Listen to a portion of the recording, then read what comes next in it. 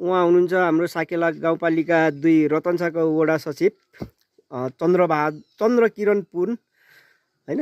कस्तो छ सर यो गुलाबको फुल?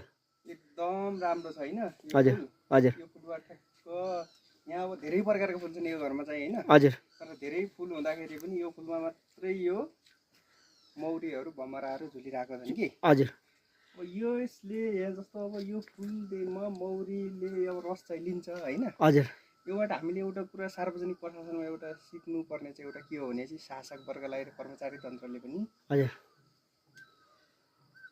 जनताको सुख भनेको नै शासकको सुख हो हैन। हजुर अब जनतादेखि सरकारले कर लिँदा हजुर जसरी मौरीले फुललाई नमारिकन रस मात्र लिन्छ हजुर त्यसरी नै कर लिनुपर्छ। हजुर भनेको मतलब यो फुललाई पनि हानि गरेर रस लिँदा हैन।